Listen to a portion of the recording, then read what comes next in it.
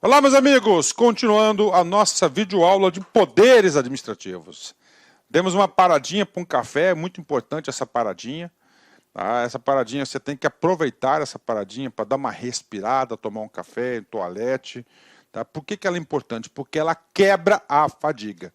Aí você volta com mais ânimo, você aproveita mais, com certeza, você volta aí, né, com nova energia e, claro, a sua produtividade, eficiência e eficácia nos estudos aumentam bastante. Ok? Vamos continuar poderes, né? Ó, a primeira parte nós vimos o quê? Nós vimos aí, tá? A parte introdutória de poderes, aula suficiente para vocês, você não precisa saber mais do que isso. Isso já lhe dá condições de ter um juízo de valor para interpretar qualquer questão de concurso, tá?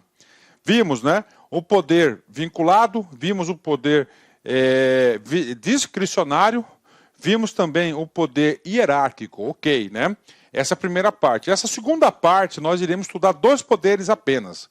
Tá? Vamos estudar o poder disciplinar e o poder regulamentar. E a terceira parte, eu vou dar um destaque melhor, destaque um pouco maior, até pela incidência de questões de concurso, nós iremos estudar o quê? Poder de polícia. Poder de polícia nós iremos estar estudando aí na terceira parte. Fechou? Então vamos lá. A segunda parte da nossa aula, são 3 partes aí. Poder disciplinar. Né? Professor, poder disciplinar, o que é isso? Poder de punir. Né? De disciplinar. Como é que você disciplina? Punindo. Tá? O poder disciplinar, na minha opinião, é decorrente do poder hierárquico. Então você tem o poder hierárquico. O que é o poder hierárquico? Poder de comando. Você determina que o sujeito faça tal coisa de tal forma. O sujeito não faz. E aí, vai ficar por isso mesmo? Não. Aí entra um outro poder, claro que o direito lhe concedeu à administração pública, é esse poder de disciplinar. Por qual que é a intenção do poder disciplinar? Manter a hierarquia e manter a ordem, manter a disciplina. Por isso a necessidade do poder disciplinar. Ok? Vamos lá. Caracteriza-se pela possibilidade de punir. Então, primeira coisa. Cara, as pessoas, elas confundem muito o poder disciplinar com o poder hierárquico, né? Cara, hierárquico da burocracia, de chefe, de comando, quem está lá, da hierarquia, né? Punir quem? Esse poder de disciplinar, muita atenção, isso cai muito em prova de concurso, né? Ele vai punir apenas 2 tipos de agentes. Primeiro, o próprio servidor público por infrações funcionais. Tá? Então, poder disciplinar está lá, né? Inclusive, todos os estatutos nós temos lá o capítulo aí das punições, né? Nós temos o capítulo nós temos lá os deveres, o dever funcionais, nós temos aí as proibições, né? Os deveres, as proibições, nós temos as penalidades aplicadas, né? Caso venha, né? Caso venha aí o sujeito desobedecer os deveres e desobedecer as proibições. Então é o que? O exercício do poder disciplinar. Infrações funcionais. E essas infrações funcionais, isso vale a pena ressaltar, todas elas estão devidamente previstas aonde? Nos seus respectivos estatutos funcionais. Outra coisa, vamos lá, né? Particulares ligados à administração. Professor, não entendi. Particulares. O que significa um particular? Significa dizer que aquele agente, aquela pessoa não é um agente público. Aquela pessoa não está vinculada à administração pública. Então ele é particular. Mas o seguinte, o que acontece? Por uma situação, essa pessoa está vinculada na administração pública por um contrato. Então é o seguinte, se tem um contrato, você tem uma relação de horizontalidade. Se um contrato tem obrigação para ambas as partes, se o particular ali, naquele momento, não cumprir as suas obrigações, vai entrar o quê? O poder disciplinar para fazer acontecer. Ok, né? Vamos lá. Admite-se que o poder disciplinar decorra do poder hierárquico, claro, né? Para mim isso aí está claro, né? O poder hierárquico, o poder da hierarquia, manda quem pode, obedece quem tem juízo, o cara não obedeceu, punição na cabeça dele, beleza, né? O poder disciplinar tem a sua base no jus puniente, né? Ou seja, estatal, o direito de punir. Então o Estado tem essa prerrogativa do direito de punir. O poder disciplinar atinge apenas as pessoas que possuem vínculo formal com o Estado. Isso é muito importante, né? Então, olha só. Então, apenas aquelas pessoas que têm um vínculo formal do Estado que está sujeito aí ao poder disciplinar do Estado, né? Aqui nós estamos falando que é de poder executivo. Nós não estamos falando de poder judiciário. Tá? Nós estamos falando de poder de polícia, aqui estamos poder administrativo, poder disciplinar. Então, para o exercício tem que ter uma vinculação com o próprio Estado, né? Vamos lá. É reconhecido pela doutrina como poder discricionário. Sim, eu entendo, né? Eu entendo isso, né? Por exemplo, você pega aqui a pena de suspensão, por exemplo, né? A pena de suspensão. Ó, para a aplicação dessa pena de suspensão, né? É até 90 dias. Professor, então é o seguinte, ele é um poder discricionário, né, a aplicação do poder, por quê? Porque tem certa margem de discricionariedade que o gestor poderá aplicar. É claro, tudo de acordo com parâmetros e de acordo com a legalidade, né? Apesar de existência de casos em que é vinculado, previsão legal do tipo de punição é a sua gradação, ou seja, aqui também vai ter que obedecer o quê? A proporcionalidade e a razoabilidade para a aplicação do poder disciplinar. Tá? Previsão legal, ok, né? A principal possibilidade de discricionariedade no poder disciplinar é graduar a punição. Seu uso sempre exige motivação. Então, o que é graduar a punição? De acordo com a proporcionalidade, né? Então, claro, o servidor público ou agente lá cometeu uma infração, ele tem que ser penalizado. Mas ele vai ser penalizado proporcionalmente, tá certo, ao quê? À potencialidade do ato infracional administrativo dele. Ele não pode ser em excesso, né? Nem ele não pode passar a mão, ele tem um dever de disciplinar, né? Então não pode. Agora é o seguinte, uma coisa muito importante, né? Toda vez que a administração pública, preste muita atenção nisso, fazer uso do poder disciplinar, obrigatoriamente ele vai ter que o quê? Motivar os atos, né? Ele vai ter que motivar, ele vai ter que explicar o porquê disso, tá? Tanto de fatos quanto que de elementos jurídicos. Fulano de tal, no exercício de suas atribuições, em tal dia, em tal data, incorreu numa conduta que contrariou os dispositivos tais do Estatuto do Servidor. E por isso, no próprio Estatuto, tem a previsibilidade das seguintes hipóteses de punição. Pronto, vai ter que analisar, inclusive, né, no poder de... Olha só o grau de discricionalidade do poder de disciplinar, né? O poder aqui de disciplinar, né?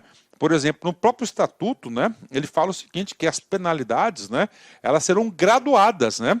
Nós teremos o quê? As situações atenuantes, que vão amenizar a aplicação da pena, né? A vida pregressa, não é reincidente, né? E o quê? Em situações que irão agravar.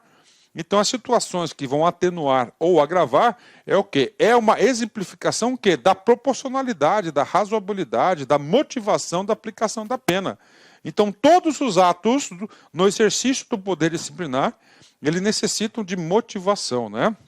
Então, o poder disciplinar, ele tem um poder de apurar as infrações, quando constatadas, né? Aplicação de penalidades, aqueles sujeitos à disciplina interna da administração, no caso, os próprios servidores ou particulares vinculados a contrato, né? Que pode ser esses dois públicos específicos, né? Particulares com um vínculo específico da administração pública que estão sujeitos aqui ao poder disciplinar. Fazendo aqui um aprofundamento do assunto, né? Então, quando temos a sanção de um servidor público, por exemplo, né, a sanção do servidor público, nós estamos, naquele exato momento, está em campo dois poderes da administração pública. O poder, claro, o poder de disciplinar, né, por quê? Porque ele está contrariando o estatuto, alguma lei, alguma norma, está contrariando aí, tá certo? Algum dispositivo específico e, claro, o poder hierárquico. Por quê? Para aplicar a sanção, tem que ser aquelas pessoas subordinadas ao chefe. Então, aquelas pessoas devidamente ali instituídas para o poder de comando. Então, não é qualquer um que pode aplicar o poder disciplinar. Você vai ter que observar o poder de comando, o poder hierárquico, quem está habilitado para isso, e a aplicação do poder disciplinar. Olha aí como um assunto puxa o outro, não é? Agora, a sanção do particular, né, não tem o exercício, não tem a atuação do poder hierárquico. Por quê? Porque não há uma relação de chefia, de subordinação. É o quê? Uma situação de igualdade, né? Um contrato, um ato de gestão, igualdade. Só que é o seguinte, né? A parte o quê? Ele o quê? Descumpriu a parte do contrato. Então, neste caso, a administração pública não é uma faculdade, ele tem um dever do quê? De aplicar as penalidades previstas no próprio instrumento do contrato. E agora, uma outra hipótese de punição do poder disciplinar, que nós temos também, a sanção a particular em geral. Tá? Então, o cara lá, o poder de polícia, aí é o poder de polícia, que é outro poder. Então, particular em geral significa dizer que esse particular em si, ele não tem nenhum vínculo específico com a administração pública. Pelo fato de não ter nenhum vínculo específico, não há de se falar, no caso do particular, mesmo que ele contrariou alguma regra, alguma norma, que ele está o quê? Que vai ser sujeito ao poder disciplinar. Poder disciplinar somente nesses dois casos. De novo, isso cai muito em concurso. Já a sanção do particular em geral, que não tem nenhum vínculo específico com a administração pública, ele vai ser o quê? Ele vai ser ali objeto do poder de polícia, que a gente vai estudar na parte 3 da nossa aula, né? Fechamos aí esse assunto. E agora, professor, agora a gente vai estudar aqui o poder disciplinar. Só uma comparação entre o poder hierárquico e o poder disciplinar. São coisas diferentes, cara, e os alunos costumam confundir muito. Hierárquico, comando, burocracia, manda quem pode, obedece quem tem juízo, né? É o quê? Há uma subordinação, chefe e subordinado, entre órgãos e agentes. Órgãos, né? Então nós temos o quê? Um poder de organização dos órgãos, poder hierárquico, né? Então a administração pública vai dizer quem são os órgãos de comando superior, quem são de tático, quem são inferiores. E não só os órgãos, mas os agentes que ali representam, né? Uma ordenação e revisão da atuação de seus agentes. Apenas no âmbito interno, não alcança particulares, é somente o poder interno. Disciplinar. Ele tem apuração de infrações, a área de atuação, aplicação das sanções, claro, que ele contrariou, né? Está sujeito ao poder disciplinar apenas os servidores públicos, porque esses têm um vínculo com a administração pública, e particulares com vínculo específico, ou seja, via contratual, por exemplo, esses particulares aí também estão sujeitos ao poder disciplinar. Pronto, e aí, professor? Cara, de boa, né? Cara, cada situação dessa aí, você tem que entender o seguinte, cara. Como é que eu vou para a prova, cara? Cara, na prova você tem que ter uma formação sólida do juízo de valor. Com essa forma, não tentem, gente, decorar tudo porque é impossível. Então, você tem que exercitar, você tem que ir para a prova com uma formação de juízo de valor, e essa formação de juízo de valor lhe dá a possibilidade para você interpretar e chegar nas alternativas corretas, né? E agora, professor, agora a gente vai para o poder regulamentar. É o outro poder administrativo que a administração pública tem também, né? O poder de regulamentar. Esse poder de regulamentar é um poder secundário, é uma função atípica do poder executivo.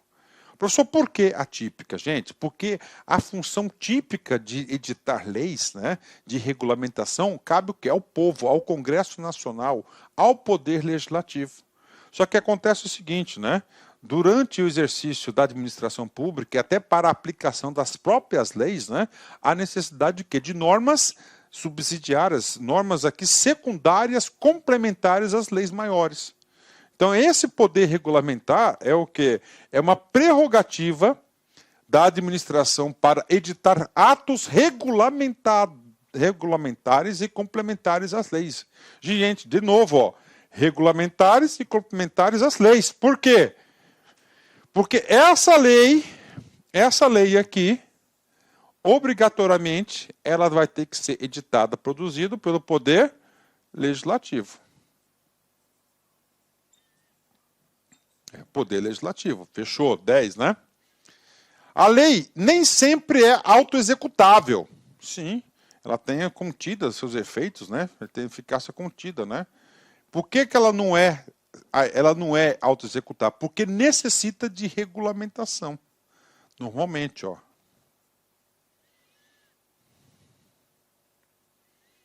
Tá? Cabe à administração criar os mecanismos de complementação. Por isso, né, que sabiamente nós temos o quê? O poder de regulamentação, poder de regulamentar. Né, porque para fazer acontecer a vontade do povo, né? O poder regulamentar é poder de complementar a lei. Não pode alterá-la. Por quê? Porque é inferior. Né? É inferior. Tá? Não pode, cara. O que pode alterar a lei? Somente uma outra lei. Professor, decreto. Cara, decreto altera decreto. Então, nós temos uma hierarquia das normas, né? Nós temos uma hierarquia das normas, né? Aí nós temos uma teoria, né? Aí nós temos uma teoria que diz o seguinte, vou escrever aqui para você, pirâmide de Kelsen, né? Vou fazer aqui de forma bem resumida para vocês, né? Ó, bem resumida, né?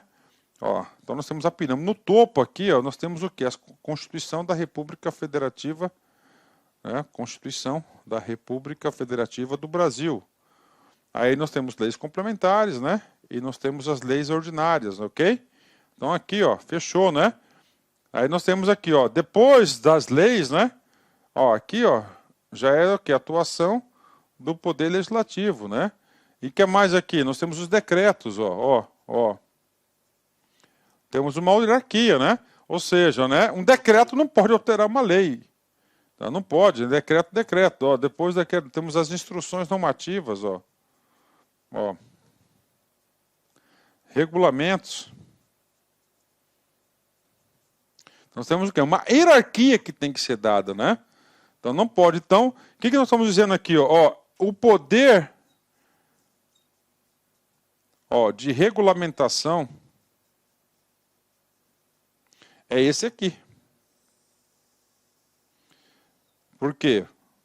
Porque é uma função atípica. É uma função atípica. Esse é o poder.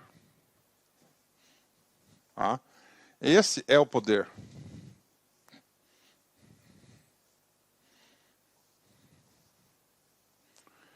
Esse é o poder. Tá? Esse é o poder. Voltando aqui. Alterar a lei é abuso de poder regulamentar, invadindo a competência do legislativo. Exatamente. Então, isso aqui é o poder de regulamentar. E eu falo isso para vocês, cara, porque eu fui gestor, eu fui secretário, então há necessidade de regulamentação. Tá? Há uma necessidade muito grande de regulamentação. Então, é o seguinte, o que acontece? Se fosse depender apenas, se falasse, se não tivesse isso, gente, não ia funcionar as coisas, né? Primeira coisa que ia acontecer é o quê? Cara, as normas... não normas primárias, né? Mas essas normas, gente, o que acontece? E se deixasse somente pelo poder legislativo, cara, não ia dar conta. Não ia dar conta, as coisas iam travar. Por isso o poder de regulamentar. A formação ocorre por meio de decretos e regulamentos em via de regra, né? Aí nós temos o seguinte, né? Duas situações aqui do exercício do poder regulamentar. Tá? Nós temos aí, primeiro, né? O de primeiro grau e de segundo grau. Preste atenção, né?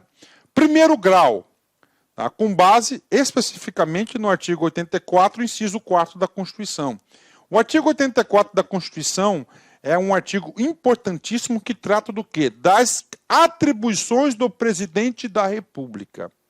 Então, o que diz o artigo 84, inciso número 4, né? 4. Sancionar, promulgar e fazer publicar as leis, bem como expedir decretos e regulamentos para a sua fiel execução. Então é o seguinte, ó, quando ele fala, sancionar, promulgar e fazer publicar as leis, é um poder que controla o outro, tá lá, né? É um sistema de freios e contrapeso, né? Tá lá, né? Ok. Agora, expedir decretos e regulamentos para a sua fiel execução. Tá aí. Então a lei criou direitos e obrigações. Agora, como isso vai acontecer, como isso será realizado, é através do quê? De decretos e regulamentos. Olha aqui, né, a própria Constituição. Isso aqui é o quê? De primeiro grau. Ou seja, você tem uma lei, dessa lei houve edição de um decreto, primeiro grau, bacana, ok, né? Então o presidente fez o decreto. Aí ele vai lá para o meio ambiente, por exemplo. Tá? O que acontece? Com base no decreto e com base na lei, o ministro edita o quê? Uma portaria, uma instrução normativa, por exemplo. Aí nós temos o quê? O exercício do poder regulamentar de segundo grau. Outras formas, instruções normativas, resoluções, portarias. Tá? Resoluções é quando é uma edição de conselhos, né? Não é uma decisão de uma pessoa, é um conselho, é um colegiado, né? São chamados atos de regulamentação de segundo grau. Então, primeiro grau são aqueles atos de regulamentação vinculados diretamente à lei. Está aqui, a lei. É um decreto, bacana, né? E agora, professor? Decretos e regulamentos. O segundo grau são regulamentações mais específicas, né? Normalmente exercidas por quem? Ministros de Estado. Olha só, na Constituição Federal, artigo 87, que são dos ministros de Estado, competência 2. Inicialmente eu quero pedir licença aos seus estudos, pois interrompi, mas esse vídeo é um vídeo demonstrativo do nosso curso completo, ponto a ponto, 100% focado no concurso de Astolfo Dutra do município de para o cargo para o cargo especificamente de guarda municipal. Tá certo? Cara, vem estudar com a gente. Essa aula é uma aula demonstrativa. Nós colocamos aí apenas 150 vídeos. Nós temos muito mais vídeos, eu tenho certeza, mas certeza absoluta, se você cumprir a nossa metodologia, o nosso personal coach, aqui na Lá Concurso você vai ter uma metodologia chamada personal coach. Personal significa pessoal e coach significa treinador. É o estudo em regime de metas. Isso é só aqui na Lá Concursos e eu tenho certeza que você ficará super satisfeito. E para você aí do município, promoção, investimento apenas R$ 100. R$ 100, é isso mesmo. O que você faz com R$ 100? Professor, parcela em 10 vezes sem juros ainda, esses R$ 100. Então vem estudar conosco aqui da LAC Concursos. Forte abraço, espero vocês. Tchau, tchau.